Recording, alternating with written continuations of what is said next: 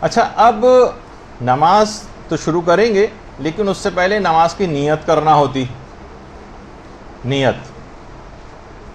جس کے متعلق یہ بات کہی جاتی ہے کہ تمام اعمال کا دار و مدار ہی نیت کے اوپر ہے. بعض علماء تو یہاں تک بات فرماتے ہیں کہ انسان عمل تو سیکھتا ہے، نیت کرنے بھی سیکھے. دیکھیے بہت بڑا مسئلہ ہے یہ. اور یہ فقط نمازوں روزوں وغیرہ کی سے ہی مربوط نہیں نیت کرنے کا مسئلہ، یہ ہر عمل کے لیے نیت ہے. صرف نیت سے دیکھیں کتنا فرق پڑ جاتا ہے، جیسے تصویر کے اندر بیان کیا گیا. یہ تینوں افراد بیٹھ کے کھانا کھا رہے ہیں. ایک کی نیت یہ ہے کہ میں اس سے طاقت حاصل کروں گا، ماروں پیٹوں گا، الٹا بدماش ہے. دوسرا جو ہے اپنے پیٹ پوجا کے چکر میں لگا ہوا، اسے کھانے بہت پسند ہے مثلا. اور تیسرا جو ہے یہ سوچ رہا ہے کہ میں نماز اس سے پڑھوں گا، اپنی عبادت کروں گا اور اس سے مجھے طاقت آئے گی. تو ایک ہی عمل ہے کھانا، لیکن نیتوں کے فرق سے اس تمام کھانے کے جو اثرات ہیں وہ تبدیل ہو جائیں گے. اسی طریقے سے بالکل دیکھیے یہ نیتوں کا مسئلہ بھی. تو انسان کو چاہیے کہ عمل تو سیکھتا ہی ہے، نیت کرنے بھی سیکھے. اچھا، بعض علماء یہ بات بھی کہتے ہیں کہ نیت کتنی بھی اچھی ہو دنیا لیکن تم کو تمہارے دکھاوے سے جانتی، اور دکھاوا کتنا بھی اچھا ہو اللہ تم کو تمہارے نیتوں سے جانتا. کوئی سی بھی آپ لوگوں کو دکھانے کے لیے نیت کر لیں، لیکن پروردگار عالم کو تو صحیح طور پر نیت کا آپ کو پتہ ہے نا. اور یہ فقط نمازوں کے سلسلے میں مربوط نہیں ہے مسئلہ، ہر چیز کے اندر جو ہے وہ نیت پائی جاتی. یہی وجہ ہے کہ حجت الاسلام والمسلمین شہید علامہ عارف حسین الحسینی کہا کرتے تھے کہ کام کریں لیکن خدا کے لیے کریں. اگر زیادہ کام کیا لیکن خدا کے لیے نہیں کیا تو یہ سراب جیسا ہوگا جیسے جو دور سے انسان کو پانی نظر آتا ہے لیکن جب نزدیک آتا ہے تو کچھ بھی نہیں ہوتا. تو واقعتاً انسان کو اپنی نیت کے سلسلے میں بہت محتاط روی کا مظاہرہ کرنا چاہیے، اور اپنے اعمال کو اخلاص کے ساتھ قربتاً الی اللہ کی نیت کے ساتھ سیکھنا ضروری. کیونکہ نیت کی جو پہنچ ہے وہ عمل سے بھی دور تک ہے. عمل تو دیکھیے ختم ہو جاتا ہے، بس ادھر آپ نے سلام نماز کہا اور عمل ختم ہو گیا. لیکن نیت کی پہنچ بہت دور تک ہے، اور اس کے مطابق ہی اعمال کی قبولیت کا دار و مدار ہو جاتا ہے. یہ جو نیت ہے اس کی اہمیت اتنی زیادہ علماء بیان کرتے ہیں کہ یہ چھوٹے سے چھوٹے عمل کو بھی پہاڑوں کے برابر بنا دیتی، اور بڑے سے بڑے عمل کو بھی رائی کے دانے کے برابر چھوٹا کر دیتی. یہی وجہ ہے نا کہ اعمال کا دار و مدار نیت پہ قرار دیا گیا. عرفاء یہ بات بیان فرماتے ہیں کہ جتنی مشکل ہمیں نیت کی درستگی میں نظر آئی ہے اتنی کسی چیز میں نظر نہیں آئی. سب سے مشکل ترین کام نیت کی درستگی. وہ فرماتے ہیں کہ ابھی ہم نیت کو ٹھیک کر کے ہٹے بھی نہیں ہوتے کہ معاملہ پھر خرابی میں بڑا نظر آتا. اور کہا جاتا ہے کہ اخلاص نیت یہ دنیا میں کامیاب ترین جنس ہے، یہ سب سے کم پائی جاتی. البتہ انسان وہم کا شکار نہ ہو کہ اس کو مایوس ہو کر حاصل نہ کرے، اس کو حاصل کرنے کے طریقے بھی. اور پچھلی جو کلاسز ہوئی ہیں اس میں ہم نے اخلاص کو حاصل کرنے کے طریقے، اس پہ 2 دروس جو ہیں ہو بھی چکے ہیں مدرسے میں کہ اس صفت اخلاص کو حاصل کیسے کریں، اس کے طریقہ کار کیا ہیں. تو علماء فرماتے ہیں کتنی ہی محنت کر کے ہم ریاکاری کو دل سے باہر نکالیں لیکن یہ کسی نہ کسی رنگ میں پلٹ کر پھر واپس آ جاتی ہے دوبارہ. بہت مسئلہ ہے اس کے ساتھ. دیکھیے نیت کہا جاتا ہے اس چیز کو جو کسی بھی عمل کو کرنے پر اکسائے، بلکہ فرماتے ہیں علماء کہ اصل نیت جو ہے وہ عمل ہی ہے. اور یہی وجہ ہے کہ رہبر معظم نے بڑا اچھا جملہ کہا ہے کہ انتظار امام زمانہ یا انتظار فرج. درود بھیجیے محمد علیہ محمد صلی اللہ علیہ وسلم.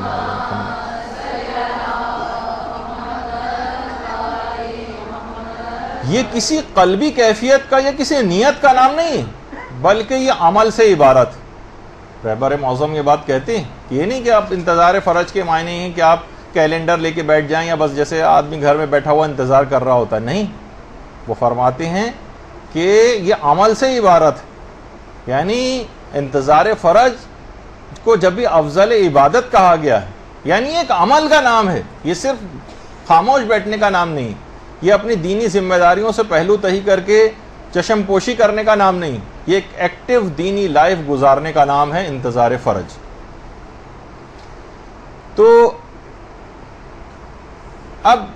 یہ بات ہے کہ دیکھیے نیت، جو بھی نیت عمل کو آواز نہ دے وہ بیکار ہے۔ جب ہی کہا جاتا ہے نا کہ آوارہ گرد کی کوئی منزل نہیں ہوتی، اس کا کوئی نیت اور ارادہ نہیں ہوتا، بس نکل گیا باہر، ادھر جا رہا ہے ادھر جا رہا ہے، اسی کو آوارہ گرد کہتے ہیں۔ اور نیت کے بغیر کبھی کوئی چیز وجود میں نہیں آتی، اور ہر کام میں نیت ہے، نہ کوئی چیز وجود میں آ سکتی ہے نیت کے بغیر، نہ کوئی چیز باقی رہ سکتی۔ دیکھیے ذہنی تصور سے ہماری نیت کا آغاز ہوتا ہے، جو پھر وہ تصور پھر عزم و ارادے میں ڈھلتا ہے، پھر عمل وجود میں آتا ہے۔ ایک چھوٹا سا دانہ ترقی کرتے کرتے کھیت میں تبدیل ہو جاتا ہے، اور اگر اسی کھیت کو کیڑا لگ جائے تو پورا کھیت برباد نظر آتا ہے۔ یہی حال نیتوں کا بھی۔ اور کبھی کہا جاتا ہے کہ نیتیں آندھیوں کی طرح اختیار کر لیتی ہیں کہ تمام عمل کو وہ آندھی برباد کر کے رکھ دیتی ہے، اور اسی کو اعمال کا ہفت ہونا کہا جاتا ہے۔ نیتوں کی وجہ سے اعمال بھی ہفت ہو جاتے ہیں۔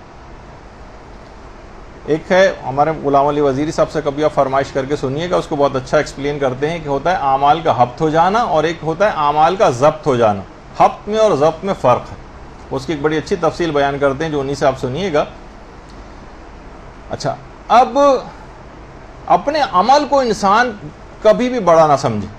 وہی نہ سمجھے کہ میں نماز پڑھ کر گویا اللہ کے اوپر ایک بہت بڑا احسان کر رہا ہوں، جیسے کہ عام طور پر اس طرح کے بہت سے خیالات انسان کے دل و دماغ میں پیدا ہوتے ہیں۔ ایک سینئر طالب علم تھے ایک مدرسے کے، وہ نماز جماعت، اور کیونکہ بہت سینئر ہو گئے تھے، نماز جماعت نہیں پڑھاتے تھے، لیکن جب بھی ان کے استاد ان سے کہتے بھائی آپ نماز جماعت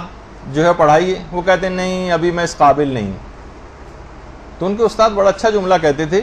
کہ جب تک آپ اپنے آپ کو اس قابل نہیں سمجھتے جب تک پڑھاتے رہیے، اور جب کسی قابل سمجھنے لگیں گے اس وقت پڑھانا بند کر دیجیے گا۔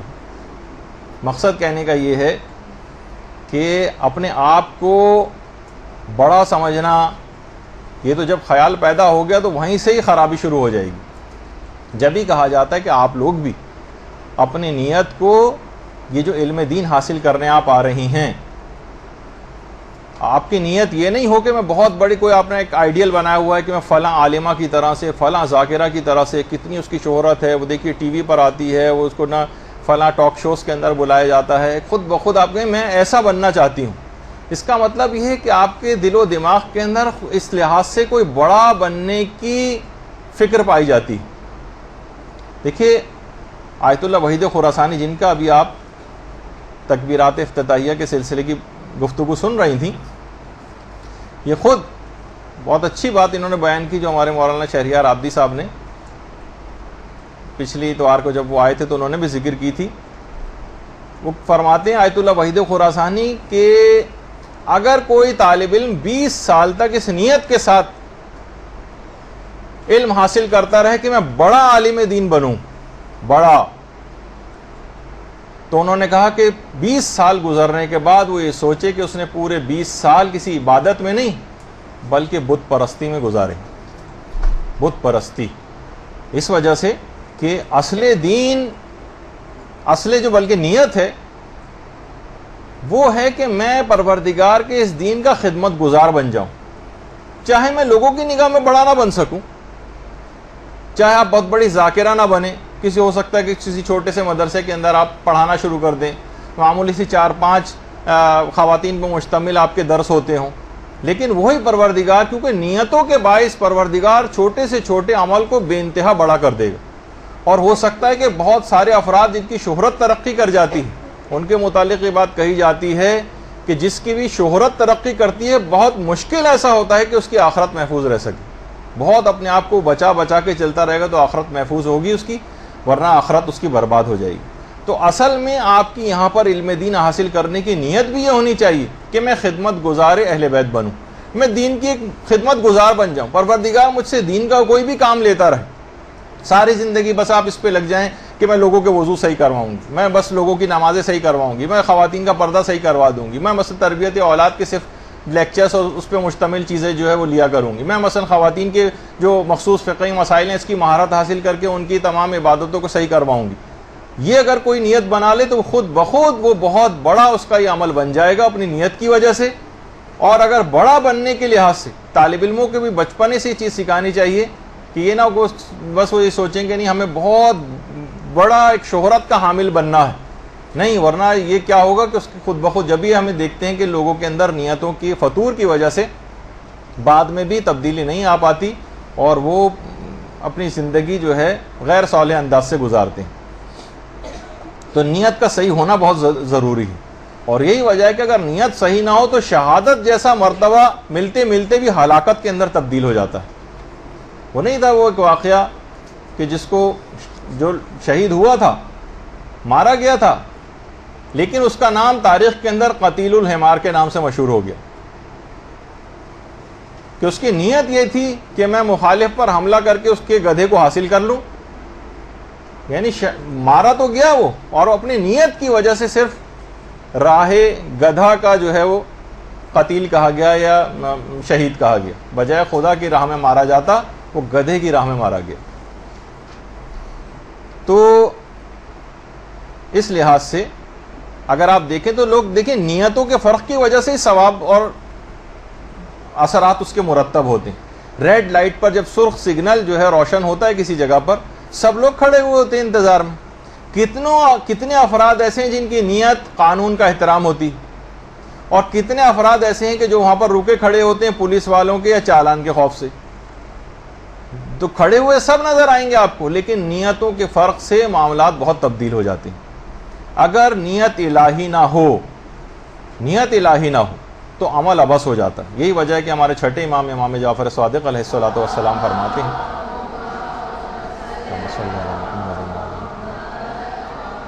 کہ خالص عمل تو وہ ہوتا ہے جس کے بارے میں عمل کرنے والا یہ ارادہ رکھے کہ اس کی تعریف و ستائش خداوند عالم کے علاوہ کوئی اور نہ کرے. یعنی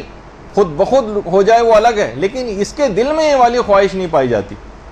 کہ اس کے لیے وہ کوئی اقدام کرے، ایسے اقدامات کرے کہ جس سے لوگ اس کی جو ہے وہ تعریف کریں اور اس کی نیت یہ ہو کہ لوگ میری تعریف کریں. نہیں، خالص عمل وہ جس میں صرف پروردگار کی ستائش کی فکر ہوتی.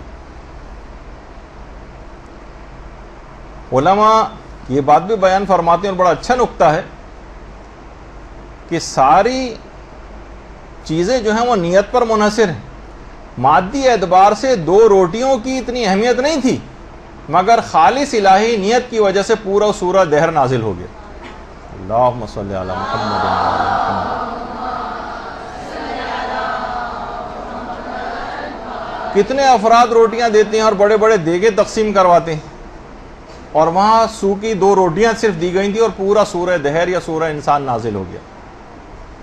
تو یہ صرف نیتوں کی وجہ سے ہوتا ہے. اور نیتوں کا پتہ چلتا ہے، ہمیشہ یہ بات یاد رکھ لیجئے کہ نشیب و فراز میں حالات کی،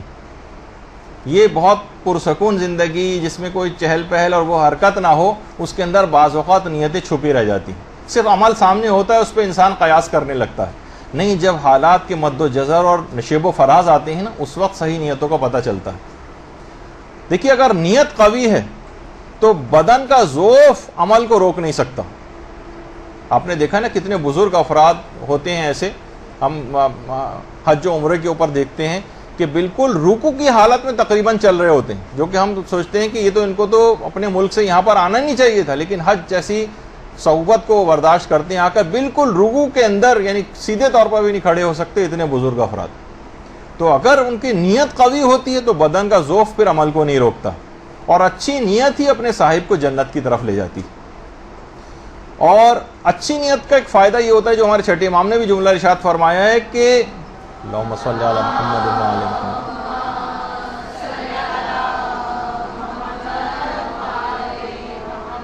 کہ حسن نیت سے رزق میں بھی اضافہ ہوتا ہے. آپ صرف اچھی نیت، ہر ایک کے متعلق اچھا گمان، اچھی نیت، خود بخود آپ دیکھیں گے رزق کے دروازے آپ کے لیے کھلنے لگیں گے. کسی کا کوئی برا نہیں چاہیں، ہر کام اچھی نیت کے ساتھ شروع کریں، اس کو انجام تک لے جائیں. تو نیتوں کی دیکھیے علماء فرماتے ہیں کہ نیتوں کی 3 اقسام. پہلی نیت کہلاتی ہے نیت فاسد، جس کو قبیح نیت کہا جاتا ہے. نیت فاسد، بری نیت، خراب نیت. مثلا ریاکاری کی نیت ہو، مثلا نفاق کی نیت ہو، مثلا تکبر کی نیت ہو، مثلا خواہش نفس میں وہ کام کر رہا ہے، یہ والی نیت ہے، حب جاہ اور شہرت کے لیے نیت ہے، میں اس کام کے ذریعے لوگوں میں مشہور ہو جاؤں، یہ فاسد نیتیں، فاسد نیتیں، قبیح نیتیں، یہ پہلی قسم۔ دوسری قسم کہلاتی ہے جسے نیت حسن کہتے ہیں، خوب نیت، بہت اچھی۔ اس میں کیا ہے؟ خدا کے عذاب سے محفوظ رہنے کی نیت، یا مثلا جنت کے حصول کی نیت۔ یہ بھی کوئی بیکار نیت نہ سمجھیں اس کو، یہ والی نیتیں بھی بالکل ٹھیک ہیں کہ مجھے جنت حاصل ہو جائے، مجھے ثواب حاصل ہو جائے۔ اکثر لوگ ان کا مذاق اڑانے لگے ہیں آج کل،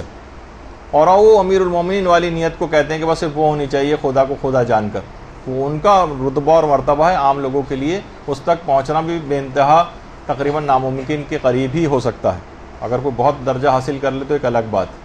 لیکن یہ نیت بھی خوب نیت، کیونکہ پروردگار نے اس کی شوق دلایا ہے جنت کا، اور جہنم سے بچنے کی ترغیب جو ہے وہ دلائی گئی کہ اس سے بچو۔ تو یہ والی بھی اگر نیت ہے عذاب الہی سے بچنے کی نیت، تو یہ نیت بھی حسن اور خوب کہلاتی۔ اور تیسری نیت ہے جسے نیت احسن کہتے ہیں، یعنی خوب تر نیت، یعنی اس میں نہ تو کوئی دنیاوی نیت ہوتی ہے اور نہ اخروی نیت ہوتی، اور آپ فرماتے ہیں کہ صرف اور صرف خالص خوشنودی پروردگار کی نیت ہوتی، جو کہ امیر المومنین کا بھی جملہ تھا نا، وہ اسی کی تشریح تھا کہ میں نے صرف خدا کو خدا جان کر عبادت کی، نہ جنت کے لالچ میں کی ہے نہ دوزخ کے خوف سے۔ اچھا دیکھیے، نیت اگر صحیح ہو تو اس کے بہت فائدہ ہے کہ بعض اوقات عمل ایجاد بھی نہیں ہوتا کہ ثواب مرتب ہو جاتا ہے فقط نیت کرنے سے، ابھی عمل انجام ہی نہیں دیا ہے کہ ثواب مرتب ہو جاتا ہے۔ جیسے پیغمبر کی وہ حدیث بھی ہے نا کہ جو سچے دل سے شہادت کو طلب کرتا ہے تو اگرچہ وہ بستر پر انتقال کرے تب بھی قیامت میں خدا اسے شہیدوں کے ساتھ مشہور کرے گا، یعنی انتقال کر رہا ہے بستر پر لیکن شہداء کے ساتھ اٹھایا جائے گا اپنی نیت کی وجہ سے، نیت۔ اور یہی وجہ کہ پیغمبر جو ہے ابو ذر کو وصیت کرتے تھے باقاعدہ کہ نیک کاموں کا ارادہ کر لیا کرو، خواہ اس کو انجام نہ دے سکو،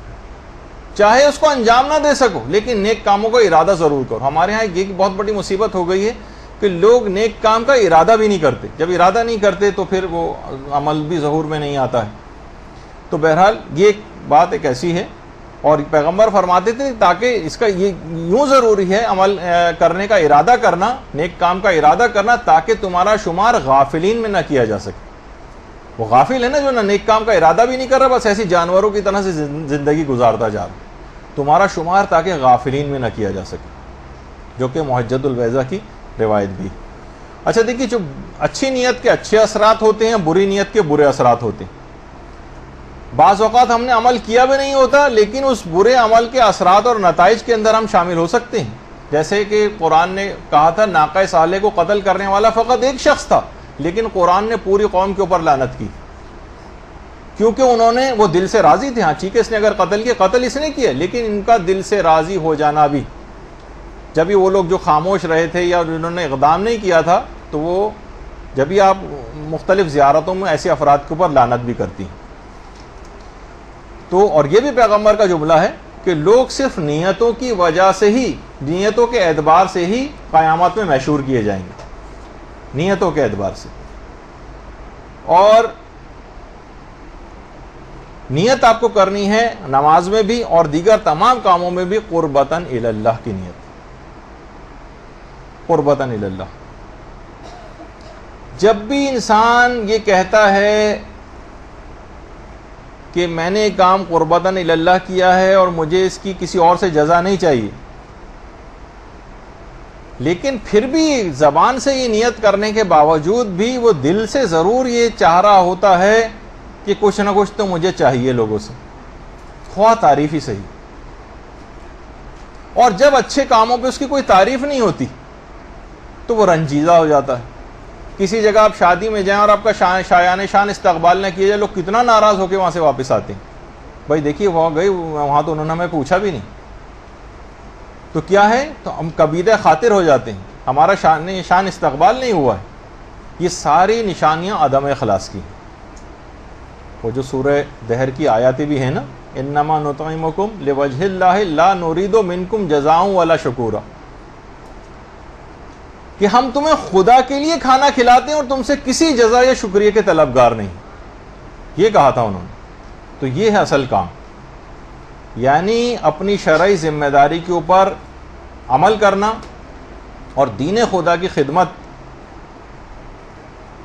کا جذبہ آپ کے اندر ہونا، یہ آپ کو ثواب دلوائے گا، چاہے آپ کو شہرت ملے یا نہ ملے، پیسہ آپ کو ملے یا نہ ملے، آپ کا نام معاشرے کے اندر پیدا ہو یا نہ پیدا ہو۔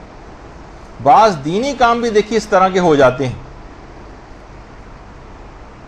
کہ جس کے اندر جو کہ نام و نمود کی خاطر کیے جاتے ہیں،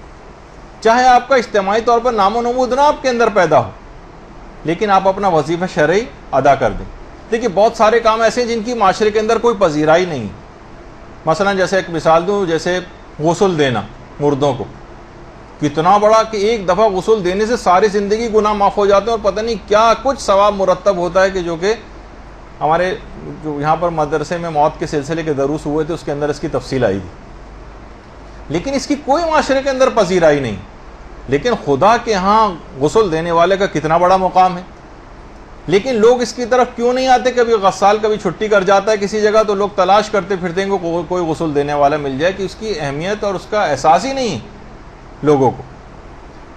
اسی طرح سے مثلا یہ مسائل فقہ لوگوں کو بتانا، کوئی عالم ہے بیچارہ آ رہا ہے، وہ آپ کو جو ہے وضو کا طریقہ سکھا رہا ہے، تیمم کرنے کا طریقہ سکھا رہا ہے، لوگوں کو خاص اس کی پذیرائی معاشرے کے اندر نہیں ہوتی، کوئی واہ نہیں ہوتی اس کی، کوئی گاڑیاں اس کو لاتی لے جاتی نہیں ہیں، اس کے پروٹوکول کے لیے دائیں بائیں آگے پیچھے جو ہے وہ لوگ نہیں چل رہے ہوتے ہیں، بس وہ آتا ہے خاموشی سے آیا پڑھایا چلا گیا، لیکن خدا کے ہاں اس کا کتنا مقام اور مرتبہ ہو جاتا ہے جو تصور میں آنا مشکل۔ اسی طرح سے یہ جو چھوٹے چھوٹے مدرسے ہیں، خواتین کا کبھی بھی سوچتی ہیں ابتداً ہم چھوٹے مدرسوں کے اندر پڑھائیں گے، لیکن ہماری کسی کوئی بہت اونچا بلند مقام ان کا حاصل کرنا دماغ میں ہوتا ہے، نیت یہ ہوتی ہے کہ ہم کوئی بہت مشہور ذاکرہ بنے، اس جیسی بنے جو فلاں ٹی وی پہ آتی ہیں مثلا۔ نہیں، آپ کو چاہیے، یہ بہت بڑا کام ہے چھوٹے چھوٹے بچوں کو اس طرح سے پڑھانا، بہت بڑا کام، اس کو معمولی کام نہیں سمجھ، اس کو کوئی باقاعدہ اپنی زندگی کا مقصد بھی بنا سکتا ہے۔ آخرت کو بلند سے بلند مقام حاصل کرنے کے لیے ان بچوں کے دماغوں میں اگر ابھی سے یہ بات ڈال دی جائے اور یہ بڑے ہو کر جو ہے ان کی ایک بیس بن جائے اسی طرح سے، تو کتنا بڑا کام گویا آپ نے کر دیا۔ بڑوں کو سمجھانا تو کتنا مشکل ہے، رات و دن ہم دیکھتے ہیں کہ ہمیں کتنی مشکلات ہوتی ہیں،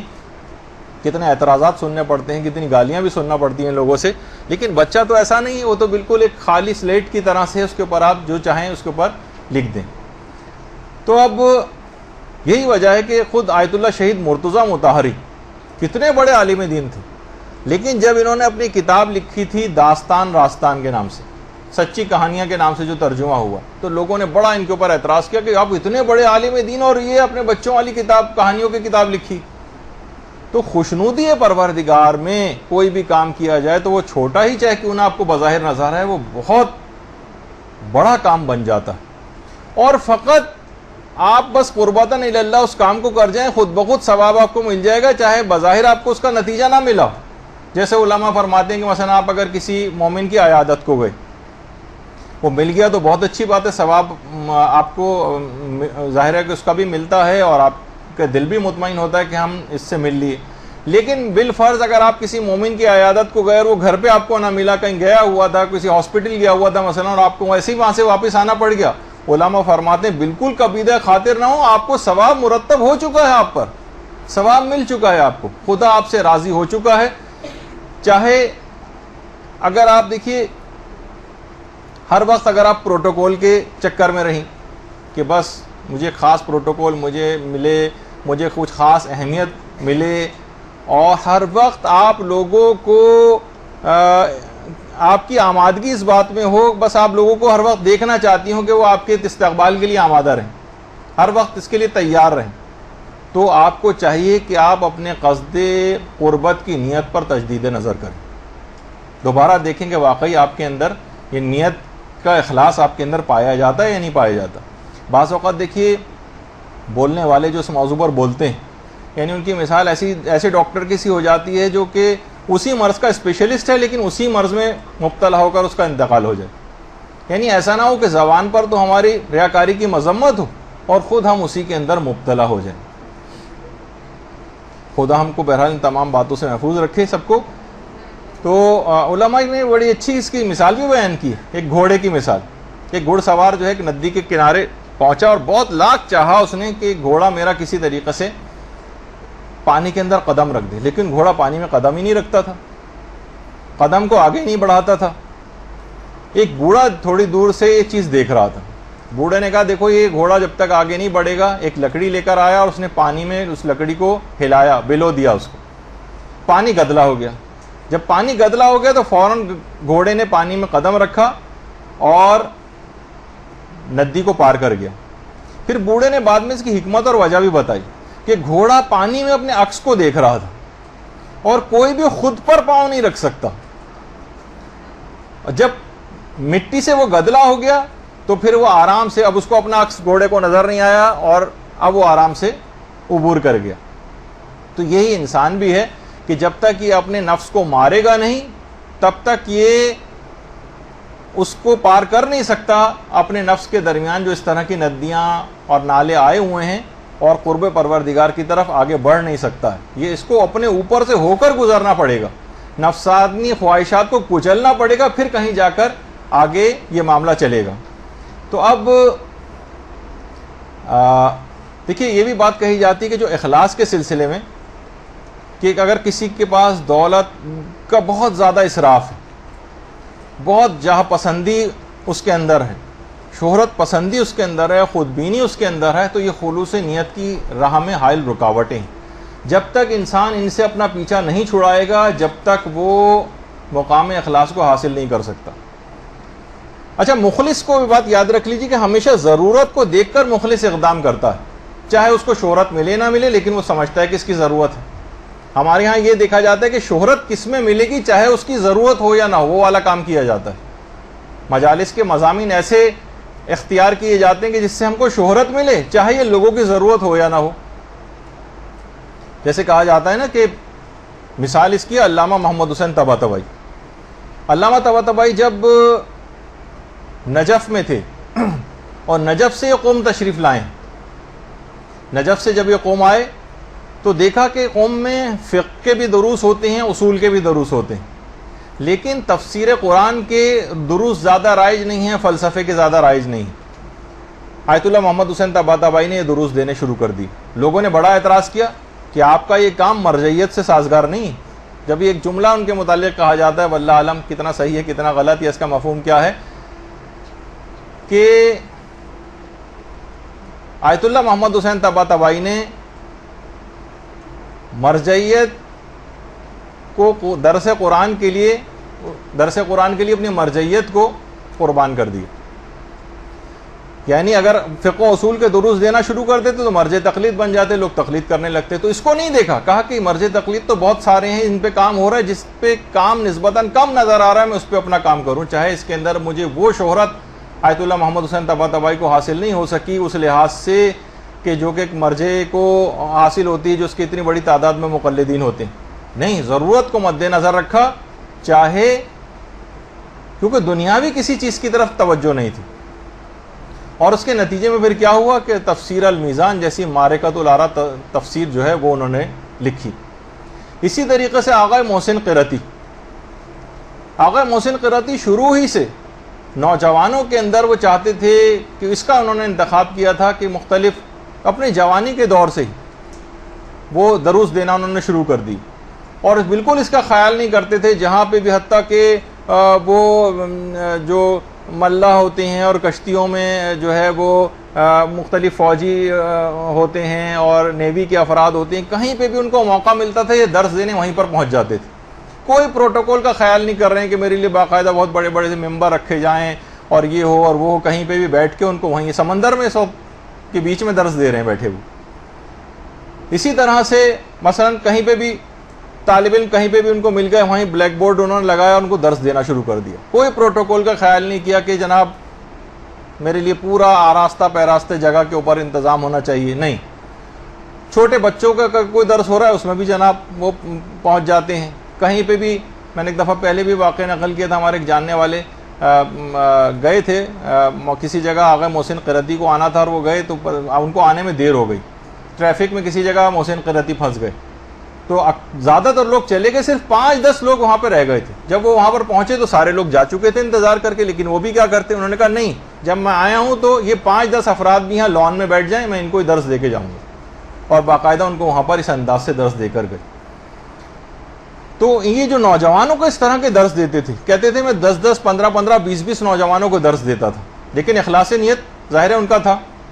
کہنے لگے کہ ایک دفعہ آیت اللہ مشکینی یہ خود میرے پاس آئے. آیت اللہ مشکینی کچھ ہی عرصے پہلے آیت اللہ مشکینی کا انتقال ہوا. یہ آئے اور کہا کہ میرے درس خارج میں 1000 طالب علم بیٹھتے ہیں. آیت اللہ مشکینی کا اپنا بیٹا محسن قرتی کے درس میں آتا تھا، وہ جا کے جو بتاتا تھا، اور جو ان کا اخلاص نیت انہوں نے آیت اللہ مشکینی نے دیکھا، ان کے پاس خود چل کر آئے، کہا کہ میرے درس خارج میں 1000 طالب علم ہیں، میں چاہتا ہوں کہ ان 1000 طالب علموں کو پڑھانے کا ثواب جو ہے آپ کے ان 25 طالب علموں کو پڑھانے کے درس سے بدل دوں. یعنی مقصد کہنے کا یہ تھا کہ یہ اصل چیز یہ نہیں ہوتی کہ بہت بڑی تعداد ہم کو نظر آئے کہ جناب اس وقت مثلا اتنی تعداد میں خواتین یہاں پر بیٹھی ہوئی ہیں اور کسی جگہ صرف 15-20 اگر طالبات اگر جو ہے نظر آ رہی ہیں، لیکن وہاں پروڈکٹیو کام ہو سکتا ہے، بہتر کام ہو سکتا ہے، تو انسان فقط صرف تعداد کو دیکھتے ہوئے کسی جگہ نہ جائے. تو بہرحال یہ ایک چیز ایسی ہے کہ بہت سارے چیزوں کو مد نظر رکھتے ہوئے اس میں انسان اپنے اخلاص نیت کو چیک کر سکتا ہے. یہی وجہ ہے کہ ہم جن کا بار بار تذکرہ کرتے ہیں اس لحاظ سے، ہمارے استاد محترم مولانا صادق حسن صاحب قبلہ، بہت ہم دیکھتے تھے کہ بہت چھوٹے چھوٹے دروس سے مولانا نے ابتدا کی تھی، اس میں بہت کم لوگ بیٹھتے تھے، بہت ہی کم، اور اتنا یعنی وقت کے اتنے پابند تھے کہ زمانے میں کھارا در میں جب درس ہوتے تھے اور مجھے بھی سعادت ملتی تھی، میں وہاں جاتا تھا کیونکہ میں دور سے جاتا تھا وہاں، تو اکثر پہلے پہنچ جاتا تھا. تو جس وقت درس مولانا ممبر پہ بیٹھ کے دینا شروع کرتے تھے اس وقت 3 یا 4 افراد صرف بیٹھے ہوتے تھے، صرف 3 یا 4، اور بعض اوقات تو صرف وہ جو مائک وائک ٹھیک کرنے والا ہی ہوتا تھا اور مولانا درس کا آغاز کر دیتے تھے، اور آہستہ آہستہ آہستہ پھر تعداد بڑھتی تھی اور یہاں تک کہ لوگ پہنچنا شروع ہوتے تھے. لیکن مولانا اس کی کوئی پرواہ نہیں کرتے تھے، یہ نہیں کہ جناب اتنی تعداد میں لوگ وہاں پر موجود ہوں تو پھر میں وہاں جاؤں گا ورنہ وہاں پر نہیں جاؤں گا. تو ہمیشہ سے ہم ان کو یہ دیکھتے تھے، اور یہی وجہ ہے کہ خود علماء جو یہاں پر آتے ہیں وہ بھی بیان کرتے ہیں کہ آج جتنی مسائل فقہ کی معرفت انہوں نے پاکستان میں، اور بھی علماء نے کام کیا، لیکن خود مولانا کی جو اسپیشیلٹی، مسائل شریعت کو لوگوں میں روشناس کرانا، خمس کا لوگوں کو عادی بنانا، داڑھی لوگوں کو رکھوانا، پردے کے متعلق سب سے زیادہ گفتگو کرنا، اور حج کا تو ماشاءاللہ 32واں 33واں کون سا انشاءاللہ اس دفعہ ان کا حج ہوگا، اور مسلسل کاروانوں کو جو ہے ٹریننگ دینا، اور اس دوران جتنا بھی ان کی ہیکٹک جو ایک لائف مولانا نے گزاری، وہ خود یعنی لوگ بھی بتاتے ہیں، وہ خود بھی بتاتے ہیں منی بسوں میں کس طرح سے سفر کر کے وہاں پہنچتے تھے، سائیکلوں پہ بیٹھ کے کیسے جاتے تھے، رکشاؤں میں بیٹھ کے جاتے تھے، بہت سی جگہوں پہ تو کہہ رہے ہیں اندرون سندھ اندرون پنجاب گدا گاڑیوں اور بیل گاڑیوں میں بیٹھ کر گئے ہیں. تو یہ ان کے کمال اخلاص کی وجہ سے ان کے اندر یہ چیز ایک شہرت پسندی سے تو انتہا سے زیادہ دور مولانا کی شخصیت، اور مسلسل کام یہاں تک کہ بہت سارے افراد یہ بات بھی ان کو کہتے تھے کہ آپ مجتہد بننے کے لیے ایران کیوں نہیں جاتے. تو جو ضرورت اور خدمت ہو، ٹھیک ہے ایران وہاں جانے میں اور مجتہد بننے میں بہرحال وہ بھی ایک اہم ترین کام ہے، لیکن جو ضرورت معاشرے کے اندر نظر آ رہی ہے اس وقت، معاشرے کو ضرورت کس چیز کی ہے؟ جیسے اکثر یہاں پر جو ہمارے اعلیٰ تعلیمی وہ کمیشن بنے ہوئے ہیں وہ بھی یہ بات کہتے ہیں کہ جناب ہم نے اتنے پی ایچ ڈیز بنا دی ہیں، اتنے یہ فلاں چیز جو ہے ہم نے اتنی بڑی تعداد میں، ابھی جہاں بیسک ایجوکیشن جس جگہ پہ نہیں ہے وہاں پہ اس قسم کی چیزوں کی طرف نگاہ رکھنا. تو ابھی خود مولانا محترم یہ کہتے ہیں کہ ہر جگہ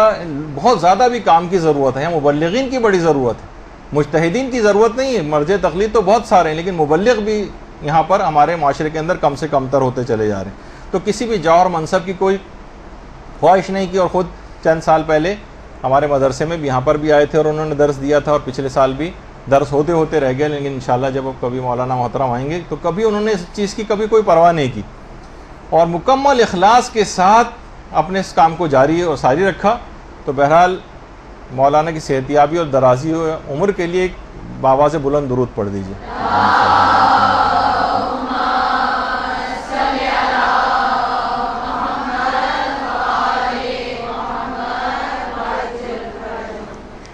تو بس اب یہ دیکھ لیجئے کہ جب یہ ایک بات کہی جاتی ہے کہ جس عمل پر بھی الہی نیت کا رنگ نہ چڑھا ہو وہ بیکار ہو جائے گا، اور اگر اس پر عمل اخلاص کا عطر اس کے اوپر چھڑک دیا جائے، وہ اخلاص سے بھرپور ہو، اور جو کہ فقط مولا کائنات کو یہ مقام حاصل ہوتا نظر آتا ہے کہ ان کی ایک ضربت ثقلین کی عبادت سے افضل قرار پاتی ہے، فقط ان کے حسن نیت کی وجہ سے۔ نیت کے خالص ہونے کا معیار یہ ہے کہ ظاہر و باطن بالکل یکساں ہو جائے، اور یہ نہ ہو کہ لوگوں کے سامنے تو بڑا خشوع خضوع ہو، لوگوں کے سامنے تو جناب بڑا جو ہے وہ آپ اظہار کر رہی ہوں کسی چیز کا، اپنی عبادتوں کا اور خشوع خضوع کا دوران نماز، لیکن جب اکیلے کمرے میں آپ نماز پڑھ رہی ہوں تو اس وقت نہ کوئی خشوع ہو نہ کوئی خضوع، اور ٹکریں مار کے جس طرح سے انسان جو ہے وہ نکل آتا ہے، اس انداز سے نہ ہونا چاہیے۔ یہ وجہ ہے کہ پیغمبر اسلام نے ریاکاری کو دجال کے فتنے سے بھی زیادہ خطرناک چیز قرار دیا۔ برحمتک یا ارحم الراحمین وصلی اللہ علی محمد و